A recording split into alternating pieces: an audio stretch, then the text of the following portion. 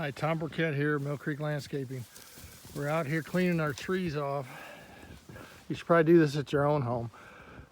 We're cleaning off all the 1.5 foot of snow we've had on them so it doesn't destroy branches. These are some of the trees still yet to do. If you have this much snow load in the Columbia area, you ought to be out there knocking it down too. Otherwise the branches will break and you'll have permanent damage. So good luck to you. Do what you can. See ya.